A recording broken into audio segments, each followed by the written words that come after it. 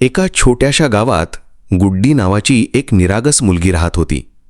तिची आई वारल्यावर तिच्या वडिलांनी दुसरं लग्न केलं.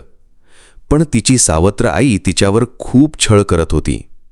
घरातली सगळी कामं गुड्डीला एकटीला करायला लावत होती.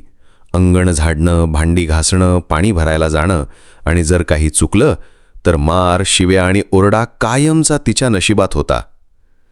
गुड्डीचं मन खूप भरून आलं होतं.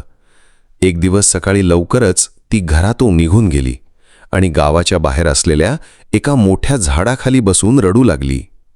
तिच्या डोळ्यातून अश्रू ओघळत होते. ती आकाशाकडे पाहत होती आणि मनात एकच विचार होता, देवा, माझं कोण आहे का? तेव्हाच आकाशातून तेजस्वी प्रकाश पडतो. त्या प्रकाशात महादेव आणि पार्वती देवी नंदीवरून पृथ्वीवर येतात. गुड्डीचं रडणं त्यांच्या कानावर पडलेलं असतं. ते तिला पाहतात.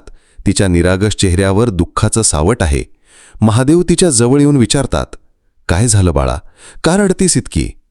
गुड्डी आपल्या छोट्या आवाजात सगळं सांगते. तिच्या सावत्र आईचा छळ, वडिलांचं दुर्लक्ष आणि एकटीने केलेला संघर्ष. पार्वतीच्या डोळ्यात पाणी येतं. महादेव गंभीर होतात. बाळा, तू फार सहन केला आहेस. आजपासून तुला माझं वरदान आहे. ज्या क्षणी कोणी तुझ्यावर अन्याय करेल त्याच वेळेस त्यालाच त्याचा वाईट परिणाम भोगावा लागेल. हे बोलून महादेव आपला त्रिशूळ हवेत फिरवतात आणि त्यातून एक दिव्य तेज गुड्डीभोवती फिरतं आणि तिच्या कपाळावर एका चमकत्या बिंदूसारखं विलीन होतं. गुड्डीचं मन आनंदाने भरून येतं. ती त्यांच्या पाया पडते. महादेव आणि पार्वती तिच्याकडे प्रेमाने पाहून आकाशात परत जातात. गुड्डी घरी परतते. दुसऱ्या दिवशी सावत्राई पुन्हा तिच्यावर ओरडते आणि हात उघारते, पण लगेचच तिच्या हाताला चटका बसतो.